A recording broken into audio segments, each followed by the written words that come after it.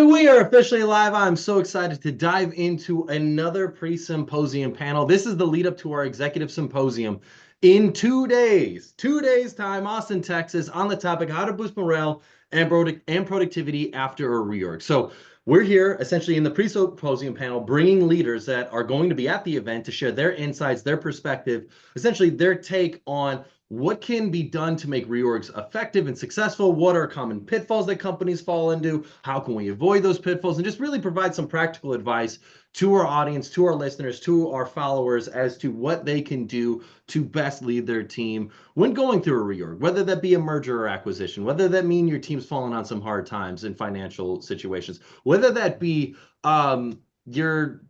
your executive team determined that a certain business unit wasn't profitable enough and things needed to be switched up, or if it's just a strategy change altogether, for whatever reason a reorg is going on, how it impacts the people that are involved in terms of the actual implementation is huge, because this isn't a CEO's job just to do a reorg. Everybody that's still left in the organization has to be responsible for an element of the change that is going to exist for the organization as you move forward. So we got three great leaders with us here today to share their insights about how to boost morale and productivity after a reorg. We got Jamy, we got Brad, and we got Sean. Jamy, do you mind introducing yourself? Sure. Thanks, Garrett. Excited to be here and have this conversation with you guys. My name is Jamy Conrad. I'm the current VP of People and HR at Trust Radius. I've got about 16 years of HR experience in my background, 13 years of that in healthcare before moving to the tech sector to join the Trust Radius team specifically just about 3.5 years ago. I unfortunately and fortunately have quite a bit of experience in this conversation and these types of situations. And so I'm happy to share what I've learned over the years and excited to learn from the others here. Very cool. Brad, how about you?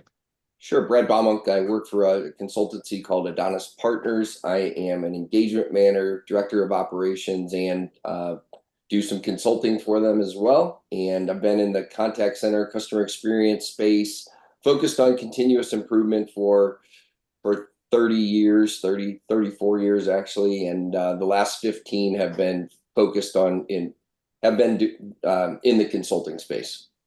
Very nice. And then Sean, how about you? Hey everyone, I'm Sean Ryan. I am Director of Projects for Excel Fitness, which is one of the larger franchisees of Planet Fitness. Formerly for them in my own reorg, I was Chief of Staff and Director of Strategy, and toward the beginning of my career, I was a management consultant. Very nice. All right. So, and by the way, I'm Garrett Mintz. I'm the founder of Ambition in Motion. At Ambition in Motion, our vision is a world where the vast majority of people are excited to go to work. When they are there, their expectations meet reality, and when they come home, they feel fulfilled. And we believe that starts with leaders, because leaders create the experiences employees have while at work. And so we create technologies and communities to empower leaders to be their best selves for their teams. And one of the ways we build that community is through Executive Symposium. So if you're watching this and you're thinking to yourself, gosh, I'd like to come to the Executive Symposium on Thursday, you should. I'll post the link, how to RSVP, in the comments on this video. But let's dive in. How to boost morale and productivity after a reorg. So one thing I see commonly happen after a reorg occurs is that there's this survivor's guilt. There's this sentiment of like, okay, why was I left? Like, why do I still have my job yet? All my former, or many of my former colleagues have now been axed, and I don't know really why I was retained in this whole reorg process. And one thing I see it happening in survivor's guilt is just it leads to a lot of unproductivity, like lacking productivity, because anytime you're thinking about why I was kept is time not spent working. Anytime that you're spending boosting your resume to potentially look for another job because you're like, gosh, am I next? That's not productive. Any time that you're thinking to yourself like, oh my gosh, do I need to be a little more like closer to the vest with my work? Because if I give my work away to more people, they might try to take credit for me. And then all of a sudden I'm next on the chopping block. All that is unproductive time.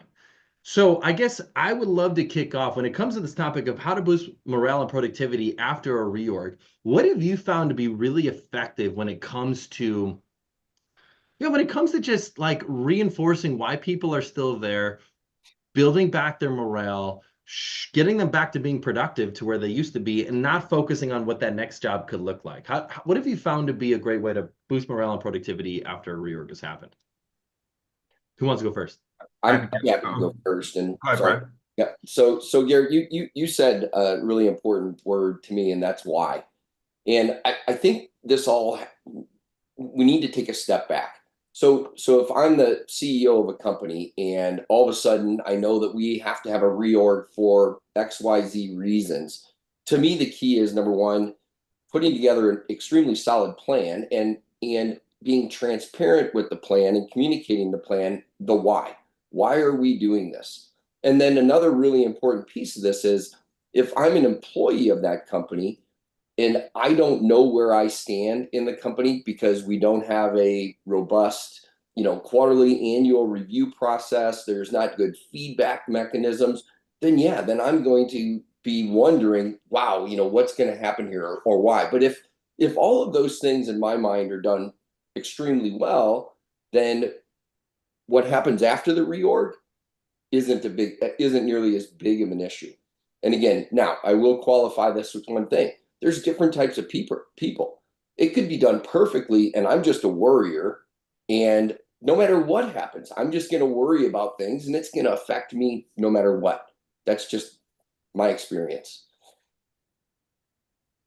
Yeah, I would agree with Brad there on, wanting to be transparent, but I think what people actually need to understand if it's over or not. And I think that's what people are really looking for. They're like, all right, we've undergone a lot of change here, right? But is this like phase 1 of 4? Right? And I think that's the uncertainty that can drive a lot of anxiety in people, and some of those behaviors, like, I think Gareth mentioned, like, you're running around trying to appear useful, right? And that's not good for anybody. It's a matter of, okay, everyone, listen, we've gone through this, and you can expect that things will be status quo for at least another 3-4 months, or we're done with this reorg and we're kind of moving forward. And I think just some level of next steps gives people clarity on how long they can feel comfortable for. Yeah, and leaning into that from a radical transparency, right? If you don't tell them what they need to know, they're going to make up their own stories. And the more you can communicate, when you think you've communicated enough, you probably need to communicate some more. Anything you can do to prevent them from making up their own stories and versions about the why or the what or the what's next is really important. So creating spaces to allow employees to be heard, whether that is in AMAs with leadership, or discussions with their manager, or employee focus groups, or anything like that. We want to make sure that we hear like some of the concerns, or that we're addressing the questions that are circulating in their mind. And so setting it up in such a way that there is plenty of space and time for people to voice what those questions and concerns are. And then not just communicating back to that employee, but adding that as part of your communication campaign and strategy for addressing the after effects.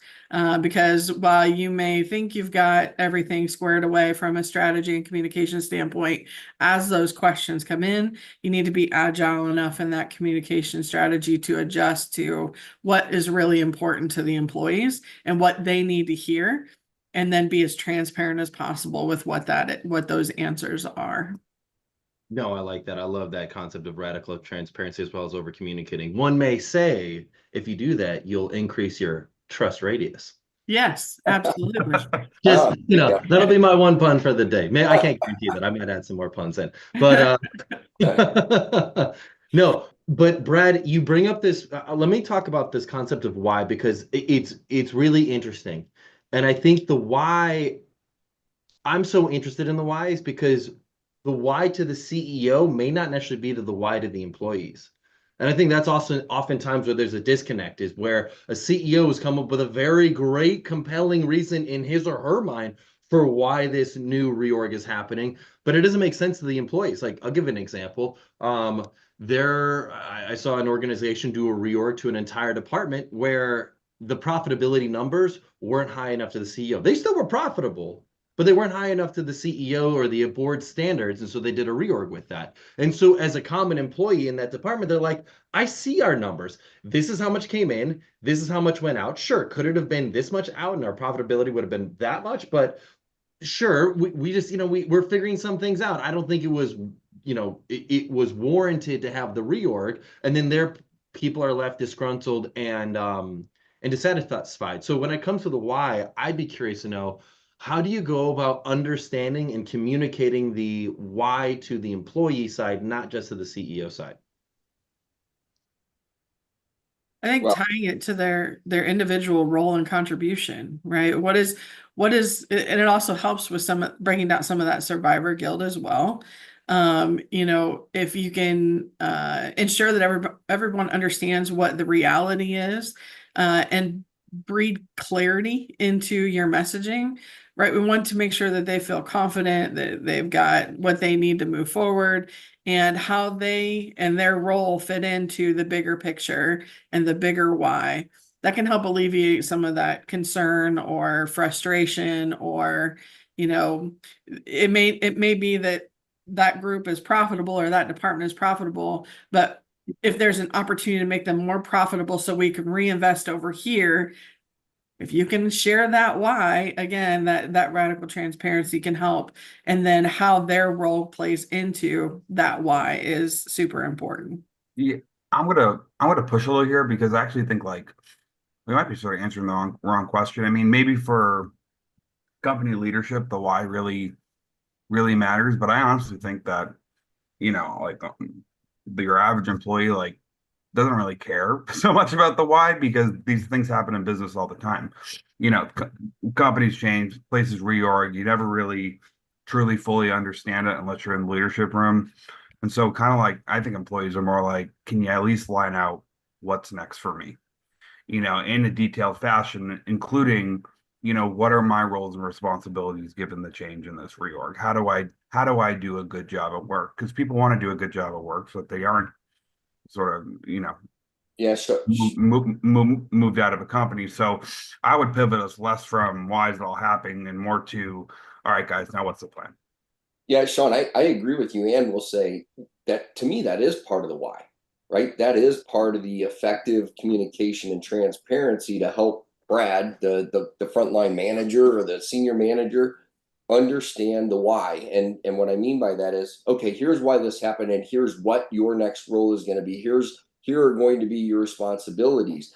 Having a clearly defined plan so that I know on Monday the 17th, when everything I knew has now flipped on its head. No, it's not. I know exactly what my marching orders are, and I have a purpose in company ABC. So I agree with what you're saying. I just think what I feel like is missing is, to me, that's part of the why. I'd love to hear Jamie's point on this, being that you are in HR. Do you agree? I'm happy to have pushback. Yeah, I think that it's a little bit of both, but when I think about what Sean's saying, it's showing them that not just, here's their new roles and responsibilities, but also here's your path forward with us at this organization, and developing some security. You can use your why and the messaging for that, but create some security around their reasons to stay, right? Here's your path forward. Here's what you bring, what we see as your strengths. Here's why, the decision was made and where we see you aligning with our mission and our vision. And then here's your development plan around that, right? Here's all the ways that we're going to, all the different development opportunities that this reorg has now opened up for you as well. And so it really helps to secure that sense of, okay, I do have a place here. I don't have to make up the stories about what's going on or what's happening next. And if you can, and if there is a need to say the things like, we're not sure if this is going to last more than 6 months, but this is the direction that we're moving in right now. We'd love to have you stay with us. And we're reevaluating on a monthly or quarterly or semi-annual basis what needs to happen. But you're secure for the time being. We want you to grow, and we're setting you up for success in this way. I think there's another aspect of it for me too, and that is the employee. And as an employee, am I always doing my best work regardless of the situation or environment? Or am I letting the situation and environment control me and saying, oh man, I'm going to get fired. I'm going to do half the work now.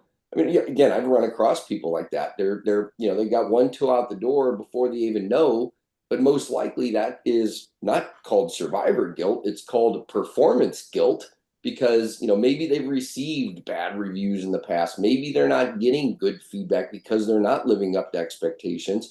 Yet I have personal experience that I can't share with a very close person of mine who constantly exceeds expectation reviews, is getting promoted, is receiving awards, and oh, I'm going to be let go. I'm going to be let go. It's like, wait a minute, something doesn't add up here. So maybe that's because they've seen people that have performed similarly in the past get let go. I don't know. I mean, to me, it's in a be controversial here, in a meritocracy where the best performers are rewarded and promoted, and then everybody should know where everybody stands. I mean, that's my take, and that's maybe too altruistic. I don't know. So I think part of where you're getting to, Brad, is just that you can't account, unfortunately, for everyone's internal anxiety that they're going through. true. Right? You have to ground people in a base set of things and kind of hope it works. One sort of related point I wanted to bring up, I think that for people, earlier in their careers, first job, second job, maybe third job, these types of reorgs can be the first time where those young people sort of have like the idealism of work or wherever they're working for kind of like struck out of them. Like they finally realize like, oh, this is a business, and this business will make tough decisions that could impact my life. And now all of a sudden I feel anxious and scared. I think, for those all of us who are a little more weathered and have gone through a few different organizations and seen things, we know this type of thing can happen. And that doesn't mean that the business is necessarily bad or, doing something wrong. I just wanted to bring up that I think that this type of thing can in particular impact more junior colleagues because their psyche hasn't seen this pattern before. Yeah. And so you have to be careful with those folks because you're actually sort of, you don't want to squeeze the joy out of, the joy of work out of people, while you do want to introduce them to the reality that sometimes tough decisions have to be made. It's sort of like, I think people feel, prior to reorgs, junior colleagues can feel, a lot of comfort and lack of anxiety in the work. Then all of a sudden this type of thing can cause things to spike because they've just never seen it before. This is awesome. These are really, really good points, y'all. This has been really interesting. Jamy, you brought up this concept of meeting people where they're at and just kind of communicating like this is what the future looks like for you as the organization moves forward. I know I've chatted with Sean and Brad about this, but I also think that depends on your work orientation or somebody's work orientation. If someone's job oriented, career oriented, or calling oriented, someone's motivated by career oriented by growing and learning new skills and working up the ladder, that what you've described makes tons of sense because they're like, cool, I can see a future, I can work up this ladder, I can get to the next steps in my career.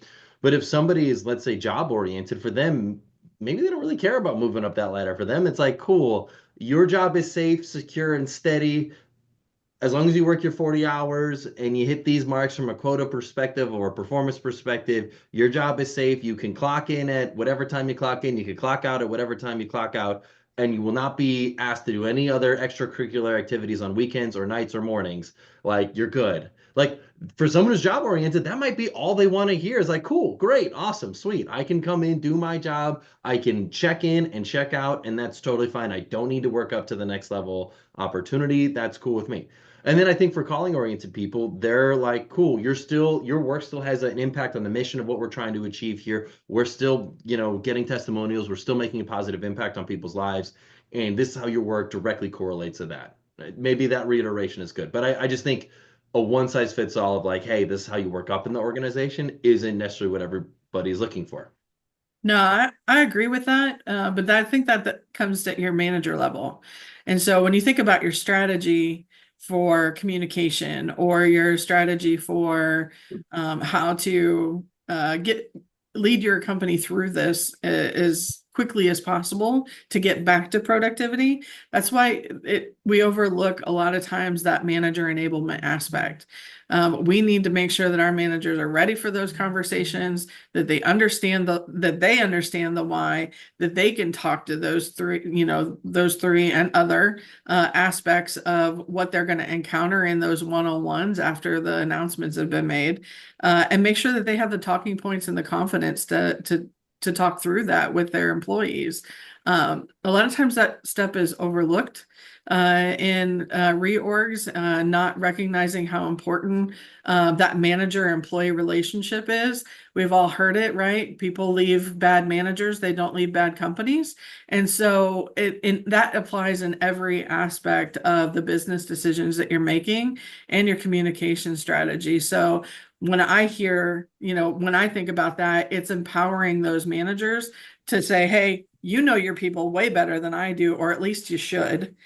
And as a result of that, we're relying on you to be able to navigate those individual conversations appropriately because you understand the working dynamic and then should understand the motivators of the employees that are working on your team.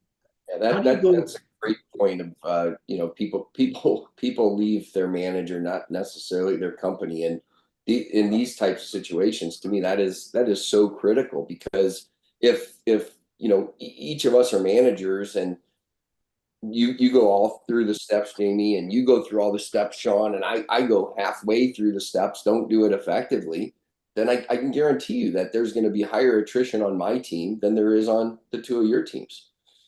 Bam, that's it. And how do you go about pressing up to the CEO or executive team to not cheap out on the importance of training managers on how to do this? Because, CEO might look at this and be like, we're going through a reorg. CFO says it's going to cost a lot of money to bring in a trainer, to fly everybody in,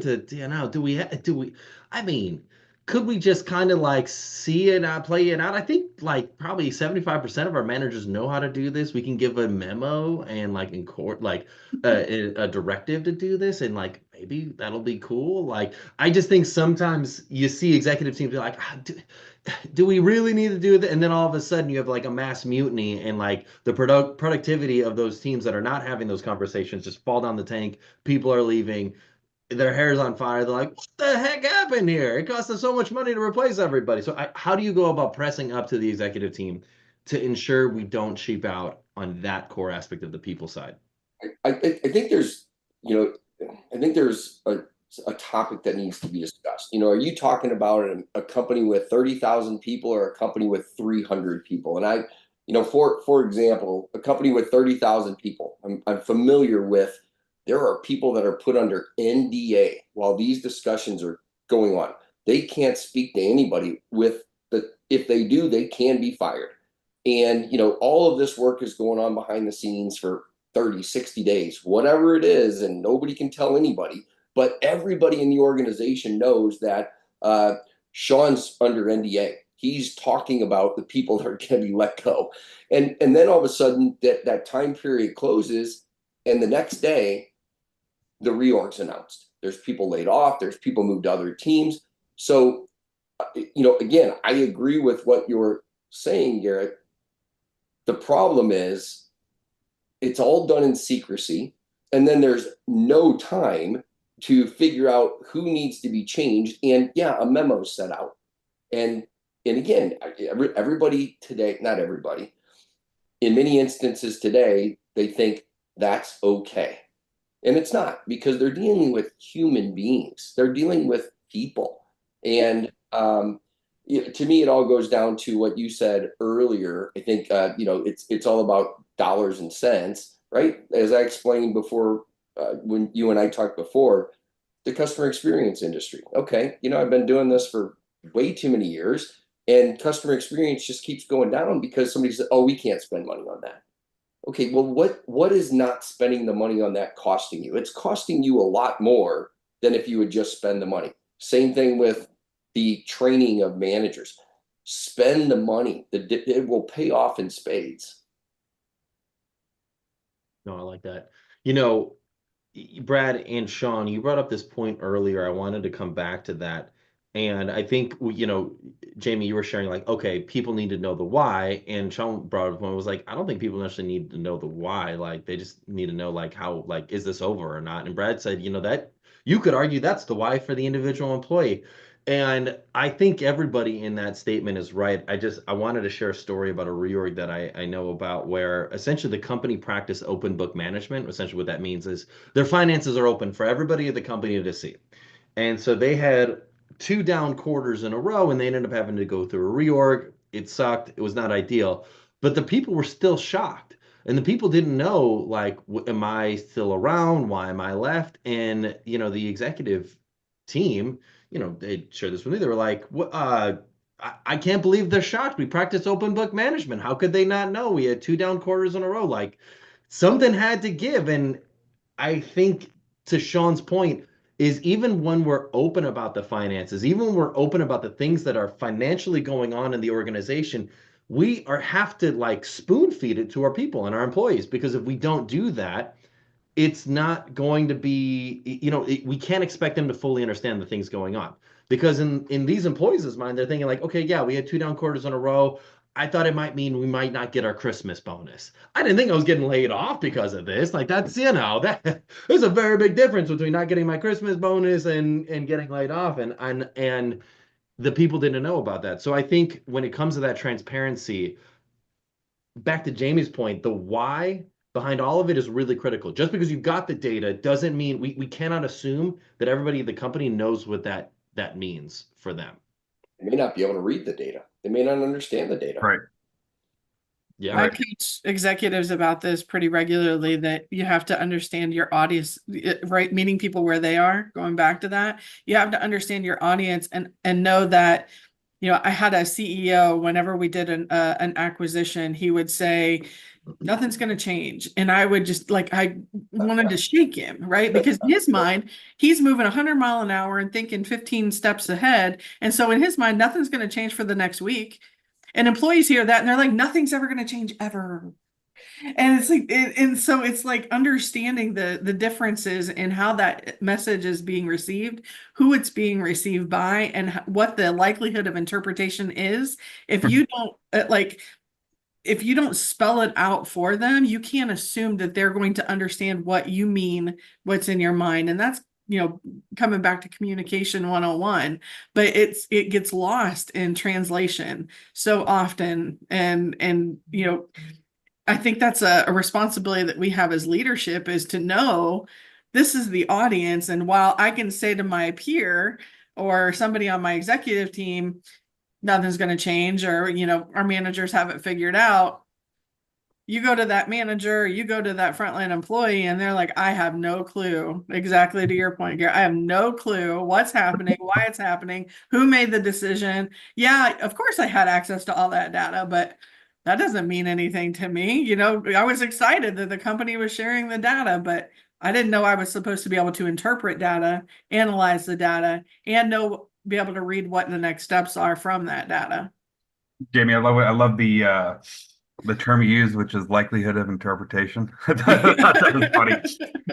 But going back, Garrett mentioned pitfalls at the beginning, and I think, Jamie, you're getting to one of the pitfalls, which is like, another way to look at it is, executive CEOs often forget that, like, not everyone else has a 360 view of what's going on in the business all the time. And it is really hard to break out of that mentality, because the CEO and the executive team, I mean, they're super in it all the time. And so from their perspective, it's like, how could you not know? A bunch of these things are going on, right? But like you said, it's really like, it's not in a dumbed down way, but it is in a very spelled out way for everybody, and in a very detailed way, like what is happening over the next week versus the next 2 months, and when can you expect to hear another communication. I think that's another thing is, people can freak out when they don't know when the next communication is coming. Not just the plan, but like, when am I going to hear from you next, to hear if there have been any changes to the plan, right? And people will be on the edge of their seat waiting for that town hall, but at least they know it's coming. Let's talk about some tangible things. Like, when we hear all this, like, I think what we're circling around is the communicating the why, both from the company standpoint and for how this impacts the employees, is critical. That we need to spoon feed it and over communicate and communicate it in the what's in it for me for everybody involved within this organizational change. So I guess what I'd love to ask is what are practical things that leadership teams and executive teams can do to get in front of this? Because Brad, I think it was your point where you were saying that like at a 30,000 person company, all the leadership teams on NDAs. So you can tell anybody. So is there a way we can tease this out?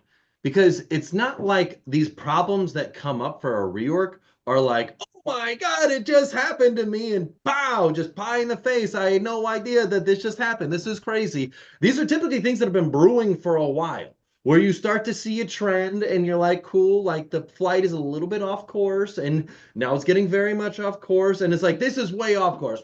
And you're just like turning the plane radically sideways. My thought is there something leaders can do when they notice the plane is getting off its trajectory to start teasing out potential solutions? Not necessarily wide scale change, but like get some form of pilot groups going, get some form of like, hey, we're noticing that we're not hitting the numbers we like to hit in this one area. We're thinking of creating a little tiger team that can go out and see if there's a better way of doing this. And then like, testing it out to see if they can come up with a solution that works and giving them the autonomy to do so before a giant reorg happens. I don't know. What are your thoughts on that? Are there any practical tips or steps that you found to be effective when it comes to doing a reorg where people know that something's not right and that change is potentially looming and it's not this jarring like whiplash, but instead something that people could kind of say like, yeah, I kind of saw that was coming and we planned for it and we've come up with some solution. Yeah, Garrett, I wonder if I like what you're saying, right? Because it's like, how do you like give people a little, right? And I know that the ripped off Band-Aid hurts, but at the same time, it's do you risk creating more trepidation, uncertainty, and also lack of productivity in the meantime if you start popping up focus groups and pilots to try to address an issue that honestly, you're going to reorg it in the end anyway, right? And I think like I actually I would push our executives and I push our CEOs harder to be able to say, guys, you know what's coming. We don't need to do all these pilots and whatever. Like you can see 5 weeks down the road, you can see 6 months and probably a year down the road. Like let's get real. Like when you start to see the plane, like that's when you start planning the reorg and you spend your time instead of creating a bunch of pilots and focus groups and whatever. You actually spend the time creating a more detailed plan for people. And I think that's the better use of the effort. Yeah, and I'll add to that, going back to the NDA process. Again, maybe it's not practical, but I'm a simpleton. Get rid of that process, because as soon as that happens and the rumors start, that's when all the forums start popping up with all the conspiracy theories. That's when everybody starts saying, "Oh, I need to get my resume ready." That, to me, again, maybe it's not practical, but it creates more problem in my mind than it solves for. Just get it out there. Be transparent. There's nothing greater than sunlight, right? Just be transparent. Yeah. Well, not only that, people aren't sociopaths. People aren't like, if I know that a good swath of my team is now going to have to look for new employment and have to figure out like solutions for their family, like a sociopath would be like keeping that secret for as long as they possibly could. Like, we're not sociopaths here. We're humans. We have empathy. We care. We're like, you might want to start beefing up your resume. I don't know. Like you don't want to people will give tips. But to your point is the moment they give those little crumbs are when the rumors start to happen and people start freaking out and then they don't know the solution. I don't know, Jamie, what are your thoughts? I think for me, it's more about like, I've seen so often companies will continue to rah-rah their troops right up until the day before. It's like, that is irresponsible, right? That Sean mentioned, you see this 5 weeks ahead, you can see what's happening 6 months ahead. Don't continue to rally the troops and celebrate, all the really amazing things and pay attention over here and don't pay attention to what's going on over here. Like up until the day before, there should be some sort of lead up.